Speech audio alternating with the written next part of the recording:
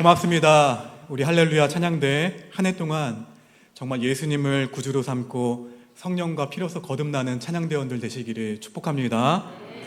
이 자리 오늘 예배에 참석하신 모든 성도님들도 남은 51주도 예수님을 구주로 삼아 나아가는 우리의 생애, 우리 옥복교회가 되기를 주의 이름으로 축복합니다. 우리 함께 앞뒤자분들을 바라보시면서 이렇게 축복했으면 좋겠습니다. 새해 복 많이 받으십시오.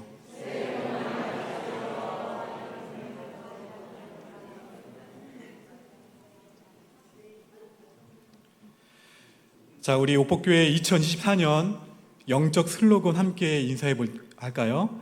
이렇게 한번 옆 사람에게 고백합시다. 당신은 거룩한 소명자입니다. 다시 한번 복의 근원 되시길 바랍니다. 아멘. 2024년 오늘 이 강단에서 제가 첫 주의 설교를 선포하면서 첫 번째 이 강단에서 첫 선포하는 내용은 우리가 믿는 하나님은 복 주시는 하나님이시고 우리에게 복 주기 원하시는 하나님이심을 여러분은 믿으셔야 한다는 말씀이에요. 이제 오늘 강단에서 첫 번째 선포하는 말씀입니다. 이것이. 왜냐하면 성경은 하나님을 믿는 사람들이 받게 될 복에 대해서 분명히 우리에게 성경을 통해서 말씀해 주고 있기 때문입니다. 그렇게 성도가 하나님께 복을 간구한다는 것은 지극히 성경적인 것을 우리는 말씀을 통해서 확인해 볼 수가 있어요. 물론 우리의 신앙의 목적 자체가 기복이 되어서는 안 됩니다. 기복신앙이 무엇입니까? 기복신앙이라고 하는 것은 내가 얻고자 하는 것이 있어요. 그런데 내가 갖고 있는 물질이나 내가 갖고 있는 어떤 능력이나 내가 갖고 있는 정성을 통해서 신을 달래고 얼레서 어떻게든 내가 원하는 것을 획득하고자 하는 것이 기복신앙이에요. 그렇기 때문에 본질적으로 기복신앙은 변화의 대상이 내가 아니라 신을 변화시켜서 신을 달래고 얼러서라도 내가 원하는 것을 내가 획득해야 하는 것이 기복신앙의 본질이라는 거예요. 그런데 우리가 믿는 바른 기독교 신앙은 하나님을 변화시키는 것이 아니라 하나님 앞에 서 있는 내가 변화되는 진리가 우리가 믿는 기독교 신앙인 줄 믿습니다. 그렇기 때문에 하나님 앞에서 코람되어 변화된 삶을 살아가는 성도들은 복을 받아도 그 복을 움켜쥐지 않아요. 무슨 말입니까? 인색하지 않다는 거예요.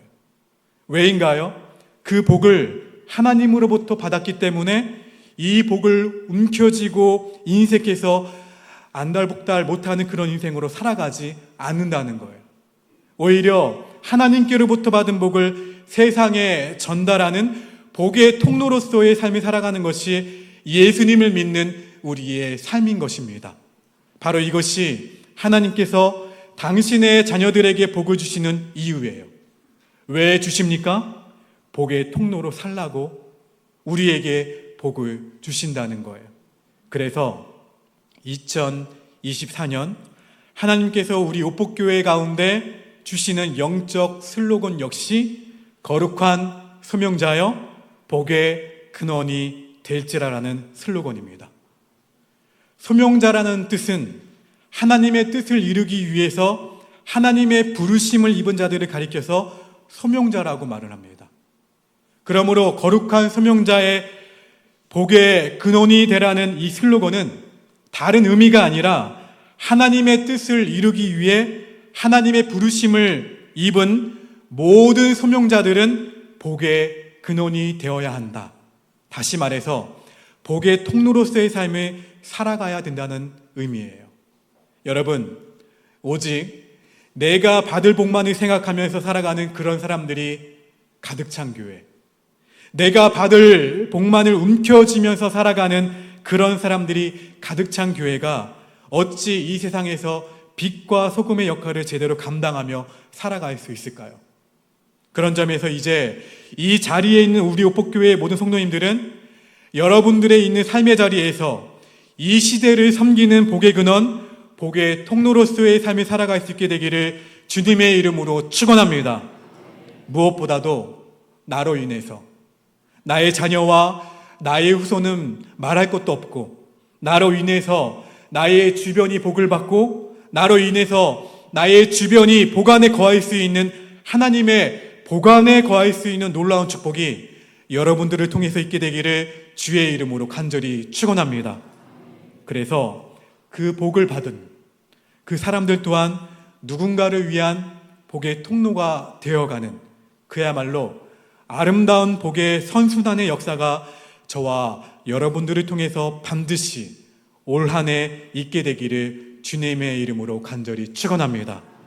저는 오늘부터 3주간 이제 거룩한 소명자여 복의 근원이 될지라는 이 주제를 가지고 하나님을 만난 이후로 삶이 너무나도 아름답게 변화되어 가지고 무엇보다도 복의 통로로 쓰임받게 된 아브라함, 그 아브라함의 인생길을 우리가 한 걸음씩 한 걸음씩 함께 걷게 되면서 하나님이 저와 여러분에게 원하시는 진정한 축복이 무엇인지 우리가 매주일 아침 믿음의 눈을 들어서 그 하나님의 뜻을 밝혀갈 수 있는 은총의 시간이 되기를 주의 이름으로 간절히 소망합니다. 여러분, 우리가 알고 있는 아브라함, 믿음의 조상으로 알고 있는 아브라함은 사실 믿음이 있었던 사람이 아니었습니다. 믿음이 이만큼 있었던 것도 아니고 전혀 없었어요. 전혀 없었고 오히려 우상을 섬기던 우상 숭배자가 아브라함이었어요. 아브라함은 그의 아버지 데라와 함께 갈대아인의 우르라는 지방에서 메소포타미아 지역에서 다른 신을 섬기던 우상 숭배자였습니다. 그런데 하나님께서 아브라함에게 일방적으로 찾아오셨어요. 일방적으로 아브라함을 찾아오셔서 아브라함을 선택해 주셨습니다. 그러므로 여러분, 아브라함이 하나님으로부터 받았던 가장 큰 복은 사실 다른 복이 아니라 하나님의 선택을 받았다는 복이에요. 놀라운 복이죠. 전능하시고 살아계신 하나님으로부터 너는 내 것이다, 너는 나의 것이다 선택받았다는 것이 가장 큰 복인 것입니다. 그런데 우리가 성경을 통해서 확인해 볼 수 있는 것이 무엇인가 하면은 특별히 아브라함의 선택받음과 관련해서 우리가 주목해야 할 것은 아브라함이 언제 하나님으로부터 선택을 받았는가, 언제 받았는가가 이 점이 가장 중요합니다. 아브라함이 하나님의 선택을 받았던 것은 바벨탑 사건으로 인해서 인간의 제약이 극단적으로 치달았을 때, 소위 말해서 영적으로 암흑의 시대 가운데 하나님이 아브라함을 부르셔서 아브라함을 선택해 주셨다는 거예요. 그렇습니다. 하나님은 그 어두움의 시기에 당신의 뜻을 온전히 이루어갈 사람으로 다른 사람이 아니라 아브라함 한 사람을 선택해 주셨음을 오늘 성경을 통해서 확인해 볼 수가 있어요.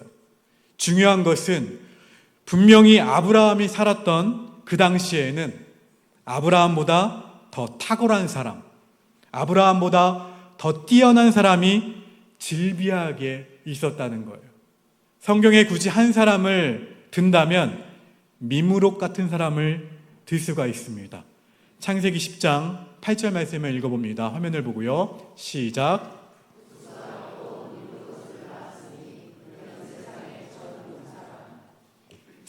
니므롯, 세상의 첫 뭐라고요? 용사라. 여러분, 그랬습니다. 분명히 그 당시에는 니므롯 같은 탁월한 걸출한 인물들이 질비에 있었다는 거예요. 그럼에도 불구하고 하나님께서는 당신의 뜻을 구현해갈 한 사람으로 아브라함을 선택해 주셨다는 것이죠. 왜 아브라함을 선택하셨을까요? 왜 선택하셨을까요? 새해 첫 질문입니다. 왜 선택하셨을까요? 아브라함이 뛰어나서요? 아브라함이 탁월해서요? 그렇지 않습니다. 니므롯 같은 탁월한 사람이 더 많았어요. 아브라함의 상과 아브라함의 가정이 의롭고 깨끗해서요? 그렇지 않습니다. 아브라함의 가문은 우상 숭배하는 가정이었어요. 그럼에도 불구하고 하나님께서는 아브라함에게 나타나셔서 내가 너에게 복을 주겠다. 내가 너를 사용하겠다. 이렇게 선택해 주셨다는 거예요. 이 모습을 바라보면서 이것이 바로 저와 여러분들이 받은 복임을, 우리가 받은 복임을 다시 한번 확인해 볼 수가 있다는 것입니다. 여러분, 저와 여러분들이 선택받은 것도 똑같아요. 다른 사람들보다 우리가 탁월해서, 아니면 뛰어나서, 아니면 더 착해서 우리가 하나님의 선택을 받은 것이 아니라는 거예요. 사실 지금 우리가 살고 있는 이 세상에는 저와 여러분들보다 더 뛰어나고 탁월한 걸출한 인물들이 얼마나 많은지 몰라요. 무엇보다도 우리보다 착한 사람들이 얼마나 많은지 모릅니다. 너무 착한 사람들이 많아요. 그런데 이게 무슨 은혜인지 탁월하지도 않고 착하지도 않은데 하나님이 저와 여러분들 가운데 어떻게 찾아오셨다고요? 일방적으로 찾아오셔서 우리를 선택해 주셨다는 거예요. 바로 이것이 우리가 하나님으로부터 받은 최고의 복입니다. 어떠한 복입니까? 은혜로 받은 복이에요. 그러므로 우리가 예배를 드리면서 여러분들이 한순간도 잊지 말아야 할 것. 아, 그렇구나. 그 영적 암흑의 시기에 하나님의 뜻을 이루어갈 믿음의 사람으로 아브라함, 한 사람을 하나님이 일방적으로 선택하셨듯이 21세기 이 영적인 암흑의 시기에 당신의 뜻을 이루어갈 한 사람으로 하나님 나라 확장을 이루어갈 믿음의 사람으로 다른 사람이 아니라 바로 저와 여러분들을 하나님이 일방적으로 찾아오셔서 선택해 주셨다는 사실을 반드시 믿으시기를 바랍니다. 이게 2024년 새해를 출발하면서 반드시 우리가 붙잡아야 될 최고의 영적 진리인 것입니다. 아무 공로 없지만, 내가 착한 것도 없지만 하나님이 일방적으로 아브라함을 찾아오셨듯이 나를 찾아오셔서 나를 선택해 주셨다. 이 사실을 일평생 잊지 않을 수 있는 사람들 되시기를 주의 이름으로 축원합니다. 사랑하는 여러분, 놀라운 것은 오늘 하나님을 만난 아브라함, 하나님이 일방적으로 찾아오신 이 아브라함에게 하나님께서 놀라운 축복의 약속을 4가지 정도를 하십니다. 어떠한 축복을 하시는가? 성경을 보니까 첫 번째는 아브라함을 통해서 내가 큰 민족을 이루겠다는 말씀이에요. 두 번째는 아브라함의 이름을 성대케 하시겠다는 거예요. 세 번째는 아브라함을 축복하는 자에게는 내가 그 사람을 축복하고 아브라함을 저주하는 자에게는 저주하겠다는, 소위 아브라함의 삶을 철저하게 보호하시겠다고 하는 약속의 말씀을 주십니다. 또 네 번째는 복의 통로인 아브라함을 통해서 땅의 모든 족속이 복을 받게 하시겠다라는 이 4가지 큰 약속을 주시겠다는 거예요. 자, 그런데 진짜 더 놀라운 사실은 무엇인가 하면은, 진짜 중요한 것은 아브라함에게 주셨던 이 놀라운 축복은 아브라함의 자손인, 아브라함의 후손인 바로 저와 여러분들에게 주신 하나님의 약속의 말씀으로 믿으셔야 한다는 것입니다. 성경은 예수 그리스도를 믿는 바로 우리들을 향해서 우리가 예수님을 믿는 그 믿음으로 말미암아 우리들이 아브라함의 후손이 되었다고 말씀하고 있습니다. 갈라디아서 3장 7절에서 사도 바울이 이렇게 말합니다. 함께 있습니다. 시작.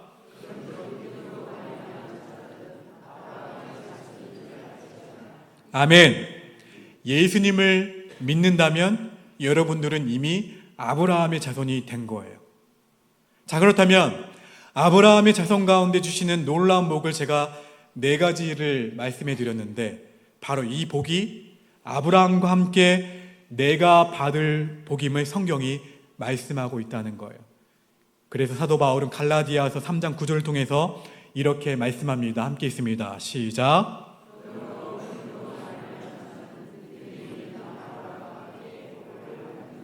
아멘. 아브라함에게 약속했던 이 놀라운 축복의 약속이 그의 자손이 바로 우리가 받아 누려야 될 놀라운 축복임을 말씀해 주고 있어요. 자, 그렇다면 아브라함의 후손과 자손인 저와 여러분들이 하나님께서 약속해 놓으신 이 놀라운 축복을 우리가 어떻게 하면 이 땅 가운데에서 누리며 살아갈 수 있을 것인가? 아니, 나만 누리는 것이 아니라 나의 주변에 있는 사람들에게, 우리 자손들에게, 우리 후손들에게 전달해주는 그 복의 근원으로서, 복의 통로로서 나는 어떻게 하면 살아갈 수 있을 것인가? 이 질문이 너무 중요하다는 거예요. 자, 오늘 그 아브라함 시리즈 첫 번째 시간으로 복의 근원, 복의 통로가 되기 위한 영적 비밀이 무엇인지, 거룩한 소명자로서 부름받은 내가 복의 통로로 살아가야 되는데, 복의 근원으로 살아가야 하는데, 과연 어떻게 나는 복의 근원으로, 복의 통로로 살아갈 수 있는지, 그 영적 비밀 몇 가지를 오늘 말씀을 통해서 나눠보기를 원합니다. 자, 오늘 하나님께서 아브라함에게 일방적으로 찾아오셔서 그에게 말씀하십니다. 아브라함아, 너는 너의 본토, 친척, 아비집, 아버지의 집을 어떻게 하라고요? 떠나. 내가 너에게 보여줄 땅으로 어떻게 하라고요? 가라. 주님이 말씀하십니다. 여러분, 사실 지금도 이역만리 타국으로 이민 간다고 하는 것은 문화적으로나 정서적으로 이게 쉬운 일이 결코 아닙니다. 하물며 지금으로부터 약 4,000년 전에 갈대인의 우르라는 그 고향에서 무려 60년 동안 떠나지 않고 한 곳에 머물며 살았던 아브라함이 하나님으로부터 너 이곳을 떠나서 다른 곳으로 가라, 이 말씀을 들었을 때 아브라함이 들었을 충격은 이만저만이 아니었을 것입니다. 왜냐하면 일단 지금으로부터 4,000년 전에 내가 살아왔던 그 문명의 도시를 떠난다고 하는 것은 목숨을 거는, 생명을 거는 일과도 같았기 때문에 엄청난 충격적인 일이었어요. 또한 아브라함이 살았던 우르라는 지역은 그 당시 고도의 문명이 발달했던 지역입니다. 그런데 이 찬란한 문명을 놔두고 알 수 없는 미지의 세계로, 미지의 땅으로 나아간다는 것은 상식적으로나 합리적으로나 납득할 수 없는 일이었어요. 무엇보다도 충격이 큰 이유는 하나님이 오늘 아브라함을 부르시면서 당신이 보여준 땅으로 가라고 한 것이 아니라 뭡니까? 보여줄 땅으로 가라고 말씀하고 있다는 거예요.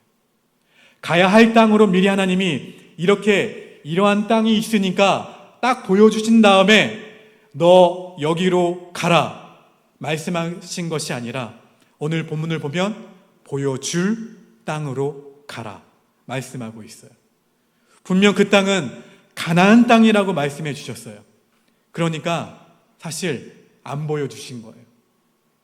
일단 가면서 내가 너한테 계속해서 보여줄 테니까 어떻게 하라? 가라. 내가 가라고 한 그 지시한 땅, 가나안 땅으로 가라라고 오늘 아브라함에게 말씀하고 계시다는 거예요. 자, 우리는 여기서 하나님께서 아브라함을 정말 믿음의 사람으로, 믿음의 조상으로 세워가기를 원하시는구나.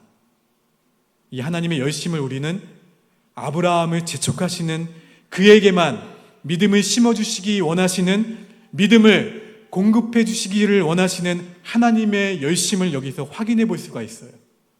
하나님은 아브라함을 통해서 믿음이 무엇인지를 가르쳐 주고 싶으셨어요. 아브라함아, 너 믿음의 시작은, 믿음이라고 하는 것은 다른 것이 아니라 떠나는 거다. 믿음은 내려놓는 거다. 믿음은 버리는 것이다. 가르쳐주고 싶으셔서 오늘 아브라함에게 너 어떻게 하라고요? 떠나라고, 가라고, 버리라고, 내려놓으라고 오늘 말씀하고 있다는 것입니다. 그러므로 여러분, 믿음의 시작은 무엇부터 시작하는가? 갈대아인의 우르 지역은 우상이 가득했던 지역이었어요. 그런데 하나님을 몰랐던, 어떻게 보면 우리의 입장에서는 하나님보다 더 소중히 여겼던 바로 거기서부터 결별하는 거예요. 내가 하나님보다 더 소중히 여겼던 것이 있다면 거기서부터 떠나는 것이다. 그리고 세상 철학, 인본주의 세상으로부터 떠나는 것이다. 썩어져가는 그 습을 쫓았던 나의 옛 자아, 옛 사람으로부터 떠나는 것이 믿음의 시작임을 알게 하려고 하셨던 것입니다. 한마디로 말해서 이제 하나님을 믿고 하나님을 예배하고 하나님을 섬기는 데 있어서 방해가 되는 나의 인생의 모든 옛생활의 잔재로부터 과감히 떠나는 것을 통해서 믿음을 시작하게 된다는 것을 말씀하고 있는 거예요. 바로 이것이 여러분이 복의 통로, 복의 근원이 되게 하는 영적 첫 번째 비밀을 말씀해 주고 있습니다. 그래서 오늘 첫 번째가 하나님보다 더 소중하게 여겼던 것들을 떠남, 나의 옛사람, 나의 옛 자아로부터 떠남, 이것이 바로 복의 근원, 복의 통로가 되는 첫 번째 영적 비밀임을 아시기를 주의 이름으로 축원합니다.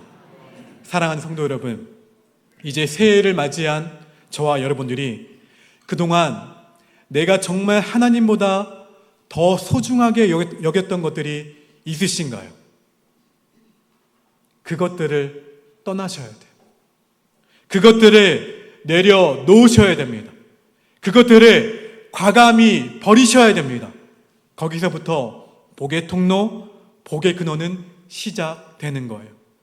하나님을 믿는다고 하면서도 여전히 세상의 가치관들을 붙잡고 있다면, 하나님을 믿는다고 하면서도 여전히 인본주의적인 세상과 철학을 내가 붙잡고 있다면, 여전히 하나님을 믿는다고 하면서도 나의 옛 자아와 나의 자존심과 나의 옛사람의 모습으로 여전히 내가 주님 앞에 서려고 한다면, 그 모든 것들을 다 내려놓고 과감히 버리는 바로 그 순간부터 하나님이 원하시는 복의 근원, 복의 통로의 삶이 시작됨을 오늘 말씀을 통해서 우리에게 이야기하고 계신 거예요. 이제 새해를 시작하면서 나의 옛자아, 나의 옛삶, 인본주의적인 세상적인 생각과 그리고 하나님보다 더 귀중하게 생각했던 그 모든 것들을 과감히 내려놓고 새 믿음에 새 출발할 수 있는 저와 여러분들 되시기를 주님의 이름으로 간절히 축원합니다. 한 걸음 더 들어가서 우리가 복의 근원, 복의 통로가 되기 위한 두 번째 영적 비밀은 무엇인가? 자, 이것은 오늘 하나님의 느닷없는 명령에 아브라함이 어떻게 반응했는가? 그 반응을 통해서 확인해 볼 수가 있어요. 오늘 하나님의 느닷없는 명령에 아브라함이 어떻게 반응합니까? 오늘 4절 말씀을 보니까 이렇게 반응하죠. 이 아브라함이 무엇을 따라갑니까? 함께 있습니다. 시작.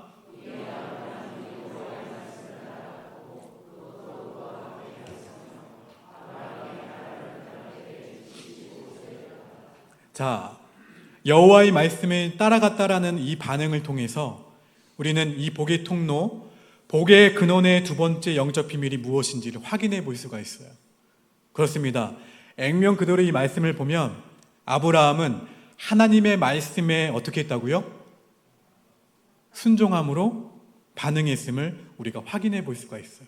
근데 지금 아브라함의 인생에서 지금 이 단계에서의 아브라함의 모습은 온전한 순종이 아니에요. 따라합시다.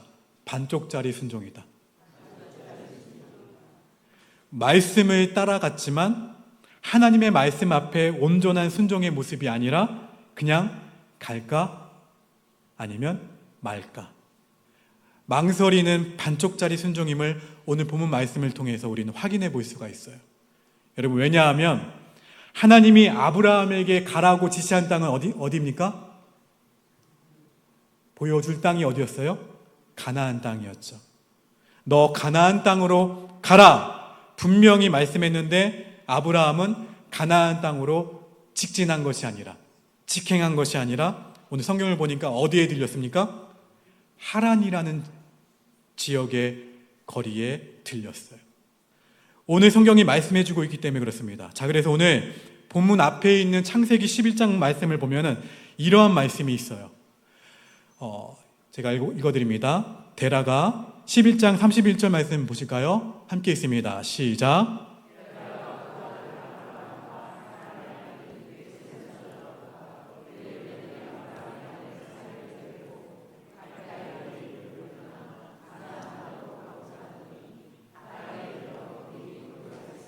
이 말씀을 보니까 아브라함의 아버지 데라하고 또 누구요? 자기 아내하고 자기 조카 롯하고 갈대아인의 우르를 떠나서 나오는 장면이 나오죠. 데라가 그의 아들 아브라함과 하란의 아들인 그의 손자 롯과 그의 며느리 아브라함의 아내 사레를 데리고 갈대아인의 우르, 지금 아브라함의 고향이죠. 이 우르를 떠나 어디를 가고자 하더니 어디예요? 가나안 땅으로 가고자 하더니 어디에 이르렀다고요? 왜요?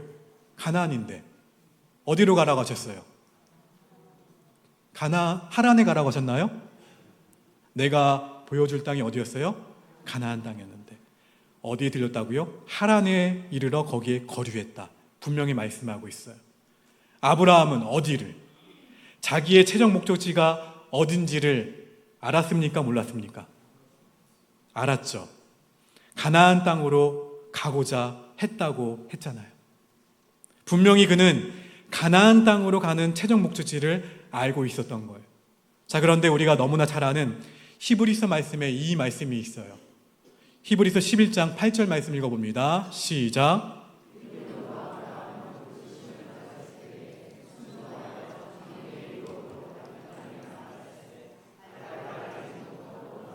자, 아브라함이 장래 유업으로 받은 땅이 어디예요? 가나안 땅이에요. 가나안 땅을 알고 갔습니다. 그런데 그 다음 말씀 다시 한번 띄워주실까요? 마지막 단을 보시면 어떻게 됐다고요? 갈 바를 알지 못하고 나아갔으며. 분명히 아브라함은 내가 가는 최종 목적지가 가나안 땅인 것을 알고 갔습니다. 그럼 여기에 있는 갈 바를 알지 못했다는 표현은 어떤 표현입니까? 이 표현은 내가 가는 최종 목적지가 가나안 땅이라는 것을 모르고 갔다는 것이 아니라 아브라함의 심적인 상태를 보여주고 있는 표현이에요. 아니, 하나님이 지금 미지의 땅인 가나안 땅을 가라고 하시는데 도대체 그 땅이 어떠한 땅인지, 그 땅에 가서 도대체 무엇을 먹고 살아가야 되는지, 또 어떻게 살아가야 되는지 막막한 상태라는 거예요. 그 막막한 아브라함의 심적인 상태를 갈 바를 알지 못하고 나갔다는 모습으로 표현해주고 있다는 거예요. 여러분, 그렇습니다. 지금 분명 아브라함은 자신의 최종 목적지가 가나안 땅이라는 것을 알고 있었어요. 그런데 고향 갈대아인의 우르를 떠난 아브라함은 곧장 가나안 땅으로 직행한 것이 아니라 어디를 들렸다? 하란에 들려서 거기에 머물렀다는 거예요. 중요한 것은 아브라함이 목사님 잠깐 들린 거 아닙니까? 라고 질문해 볼 수도 있지만 우리가 이렇게 서울 올라가시다가 휴게소 보통 어디에 들리십니까? 보통 비슷할 거예요. 2시간 정도 운전하다가 들리시잖아요. 아브라함도 그렇게 들렸을까요? 가나안 땅을 가다가 좀 피곤하니까 하란에 들렸을까요? 잠깐 머문 것이 아니라 얼만큼 머물렀는가가 이게 중요해요. 얼만큼 머물렀는가. 성경학자들은 아브라함이 자기 고향인 갈대아인의 우르를 떠났을 때의 나이가 한 60세 정도 됐다고 합니다. 그러니까 60년 동안 우르에 살았던 거예요. 고향에서. 그러다가 떠났어요. 떠나서 하란에 도착했는데 하란을 떠날 때가 몇 살이었다고 성경이 말씀하냐면 75세입니다. 그러면 아브라함이 하란에 몇 년 머문 거예요? 15년을 머문 거예요. 약 15년 가까이 하란에 머물렀음을 우리가 알 수 있습니다. 자, 오늘 우리가 하란이라는 이 단어에 주목해 볼 필요가 있어요. 하란이란 이 지명의 의미는 열매가 없다는 뜻을 갖고 있어요. 어떤 뜻이 있다고요? 열매가 없다. 그러니까 하나님의 뜻에 완전히 순종한 것이 아니라 반쪽짜리 순종. 온전히 순종하지 못한 이 아브라함은 하란에서 무려 15년 동안 허송세월을 보냈다는 거예요. 열매 없는 그런 삶을 이 하란에서 보냈다는 거예요. 왜요? 순종하지 않았어요. 하나님의 말씀 앞에 온전히 순종하지 않는 반쪽짜리 순종의 모습은 열매 없는 인생이다. 허송세월을 보내는 인생임을 그 하란에 있는 아브라함의 모습을 통해서 우리에게 보여주고 있다는 거예요. 자, 이렇게 볼 때 우리는 그의 고향이었던 우르, 들렸던 15년 동안 있었던 하란, 그리고 최종 목적지 가나안, 이 세 장소가 어떠한 장소인지를 우리는 미루어 짐작해 볼 수가 있습니다. 일단 그의 고향 우르라는 지역은 영적인 제약이 가득하고 암흑의 땅이었음을 우리가 확인해 볼 수가 있고, 중간에 들렸던 이 하란은 절반만 온 땅, 중간 땅이에요. 가나안은 하나님이 약속하신 권능의 땅, 하나님이 약속하신 생명의 최종 목적지의 땅임을 우리가 확인해 볼 수가 있다는 거예요. 사랑하는 여러분, 그렇다면 지금 저와 여러분들의 인생의 발걸음은 어느 땅에 지금 머물러 있습니까? 혹 우리도 권능의 땅, 생명의 땅인 가나안이 아닌 절반의 땅인 하란에 우리가 15년 동안 머물러 있는 것은 아닌지, 여전히 한 발은 우르에, 또 하란의 세상의 가치관에 나의 한 발을 놔두고 가나안 땅으로 갈까 아니면 말까? 하나님이 명령하신 그 땅으로 갈까 말까 머뭇거리고 있는 우리의 삶의 모습은 아니십니까? 그래서 오늘 하나님은 이 머뭇거리고 있는 아브라함에게 다시 나타나세요. 반쪽짜리 순종 가운데 오늘 갈까 말까 망설이는 아브라함에게 다시 나타나셔서 오늘 그에게 확신의 말씀을 주십니다. 어떠한 말씀을 주십니까? 본문 7절입니다. 함께 읽습니다. 시작.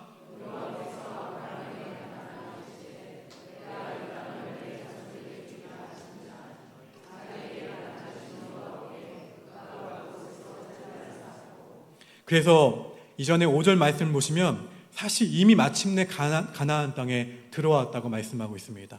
마침내 들어왔어요. 그래서 무엇을 했는가? 아브라함이 자기에게 나타나신 여호와께 그가 그것을 쌓았다. 무엇을 쌓았다? 제단을 쌓았다. 마침내 아브라함은 하란을 떠나서 제자리로 돌아왔습니다. 가야 될 최종 목적지인 가나안 땅에 진입하게 된 거예요. 의심에서 믿음으로, 반쪽짜리 순종에서 온전한 순종으로 옮기게 된 거예요. 그 불신의 땅이었던 하란에서 이제는 신뢰의 땅인 가나안 땅으로 옮기게 된 것입니다. 그 믿음의 변방이었던 하란 땅에서 이제 믿음의 중심지, 신앙의 중심지인 가나안 땅에 진입하게 되었다는 거예요. 바로 이것이 복의 근원, 복의 통로가 되기 위한 두 번째 영적 비밀임을 오늘 성경이 말씀해 주고 있습니다. 그 영적 비밀이 무엇입니까? 우리의 신앙의 변방에 머물지 말고 온전한 순종을 통해서 믿음의 중심부로, 은혜의 본류로, 은혜의 주류로 진입하는 것이 복의 통로가 되기 위한 영적 비밀이라는 거예요. 더 구체적으로 말하자면, 저 사람은 하나님을 믿는 것 같기도 하고 믿지 않는 것 같기도 하고, 저 사람은 교회를 다니는 것 같기도 하고 다니지 않는 것 같기도 하는데, 이런 어정쩡한 믿음의 스탠스를 취하는 것이 아니라 이왕 하나님을 믿겠다고 내가 믿음의 길에 들어선 이상, 이왕 내가 가나안을 향해 들어가겠다고 믿음의 발걸음을 돌린 이상 내가 세상과 주님 사이에서 재지 말고 세상과 주님 사이에서 한 발짝 한 발짝 왔다 갔다 머뭇머뭇거리지 말고 제대로 된 신앙생활을 하게 될 때 하나님께서 이와 같은 복의 통로, 복의 근원의 역사를 우리에게 주신다는 것입니다. 여러분, 엘리야 선지자도 우리에게 선포하지 않았습니까? 머뭇머뭇거리지 말고 이스라엘 백성들을 향해서 이렇게 따끔한 선포를 했어요. 열왕기상 18장 21절 말씀입니다. 함께 있습니다. 시작.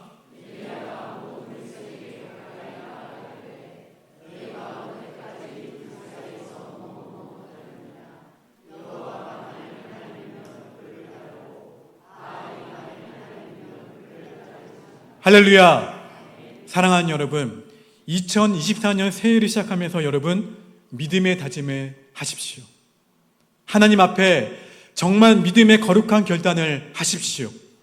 주님, 제가 가나안과 우르 사이에서, 가나안과 하란 사이에서, 하나님과 바알 사이에서 머뭇머뭇거리지 않겠습니다.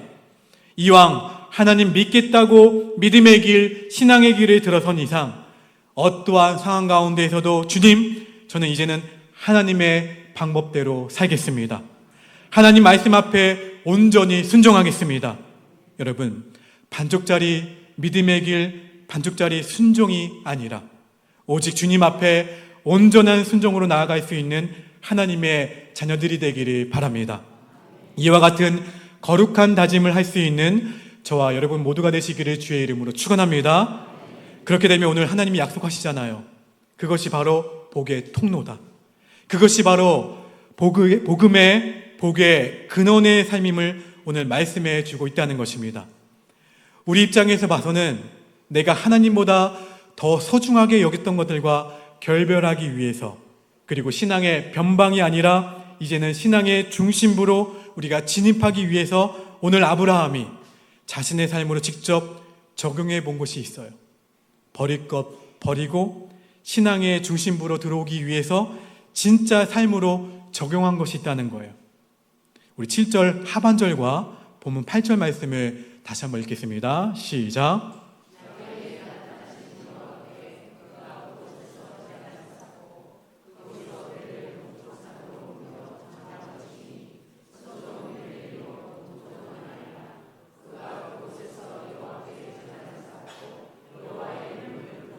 아멘. 그렇습니다.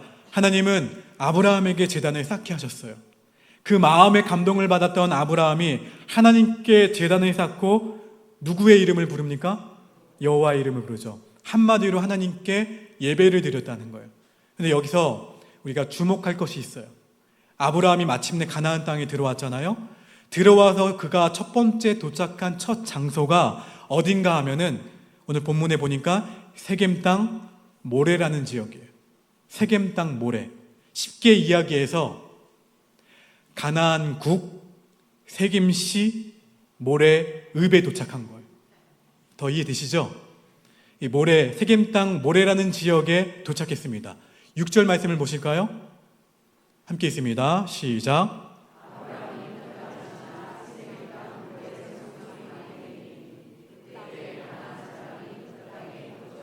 자, 그러니까 오늘 이 말씀 가운데에서 우리가 정말 주목할 것이 무엇인가? 모레라는 지명의 의미예요. 모레.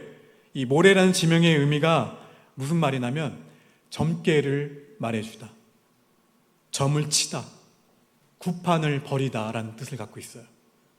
그러니까 이 당시에 가나안 주민들이 아마 이 상수리 나무 밑에서 무엇을 했을까요?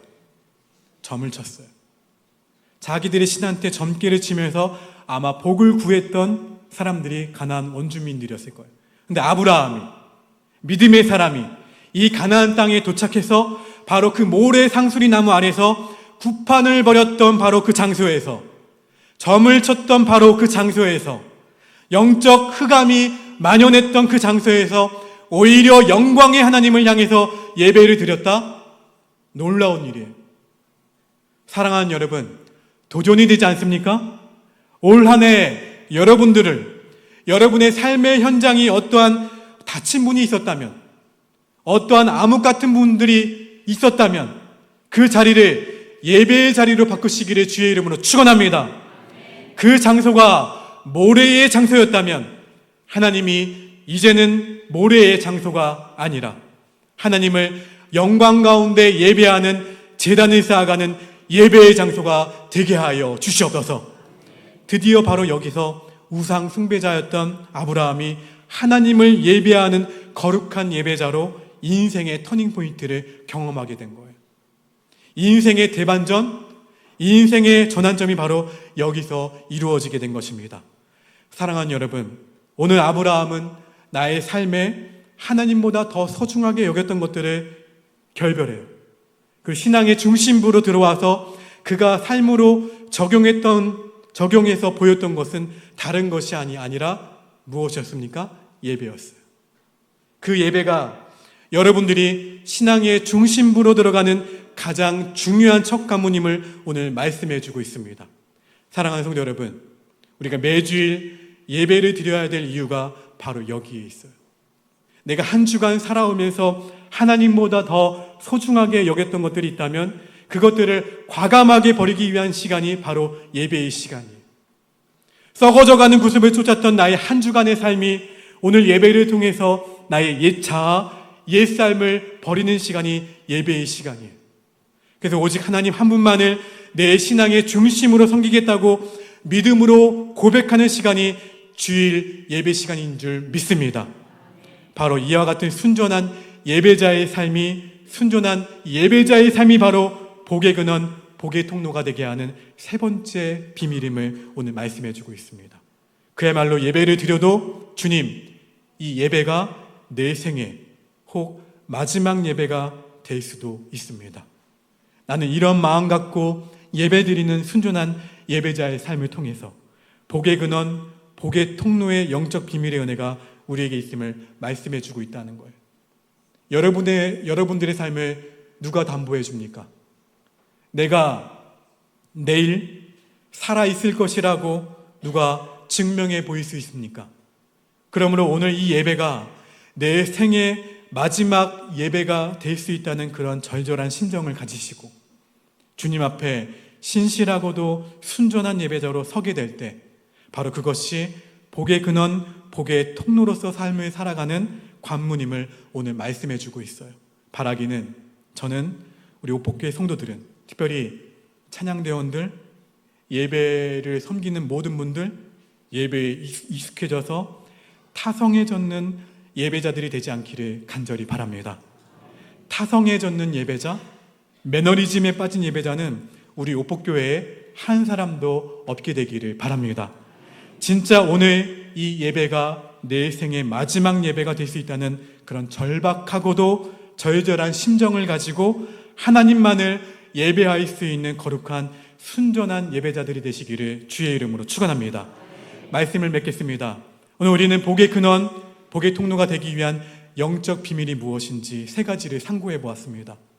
여러분들이 새해를 열면서 하나님, 내가 하나님보다 더 소중하게 여겼던 그것들 과감히 내려놓겠습니다. 우물쭈물 신앙의 변방에 머물지 않고 이제는 믿음의 중심부로 들어가서 제대로 된 신앙생활 해보겠습니다. 무엇보다 매주일 내 생의 마지막 예배가 될 수 있다는 그와 같은 심정으로 순전한 예배자의 삶을 살아갈 수 있도록 하나님 나를 붙잡아 주시옵소서.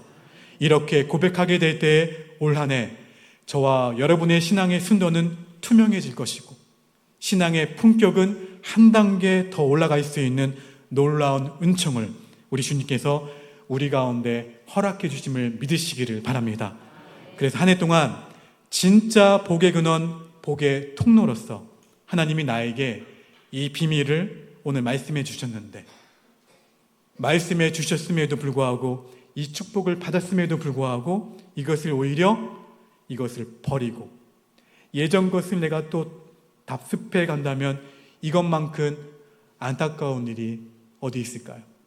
오늘 세 가지를 반드시 기억하시고 하나님, 내 인생 진짜 복의 근원으로, 복의 통로로 나뿐만 아니라 나의 자손, 나의 후손뿐만 아니라 내 주변 사람들이 하나님의 복 안에 거하고 하나님의 복을 받을 수 있는 영광스러운 복의 통로로 주여 나를 사용하여 주시옵소서. 이와 같은 은혜가 올 한 해 여러분들 가운데 충만하게 있게 되기를 주님의 이름으로 간절히 축원합니다. 아멘. 우리 말씀을 기억하시면서 우리 세 가지 합심 기도 제목을 나누겠습니다. 함께 첫 번째 한번 읽어보실까요? 첫 번째 큰 소리로 함께 시작합니다. 시작. 과감히 내려놓을 때 하나님의 뜻을 이루는 복의 근원이 되게 하옵소서. 아멘. 두 번째, 신앙의 변방에서 머뭇거리지 않고 믿음의 중심부로 진입할 때 하나님 나라 확장을 이루는 복의 근원이 되게 하옵소서. 아멘. 세 번째, 내 생의 마지막 예배가 될 수도 있다는 절절함으로 예배할 때 하나님의 영광을 선포하는 근원이 되게 하옵소서. 아멘. 첫 번째 예배를 2024년 주님 앞에 올려드렸습니다. 어떠한 마음을 갖고 여러분 예배 드리시고 또 말씀을 들으셨습니까? 오늘 말씀은 김주원 목사의 생각으로 여러분들에게 드린 말씀이 아니라 하나님이 저에게 주신 말씀을 여러분들 가운데 제가 대신 말씀을 드린 겁니다. 하나님의 말씀으로 믿으시고 올 한 해 진정한 복의 통로로 쓰임받을 수 있는 거룩한 주의 종들 되시기를 주님의 이름으로 간절히 축원합니다. 그런 마음으로 다 함께 일어나셔서 우리 함께 찬송하며 결단하면서 나아갑시다.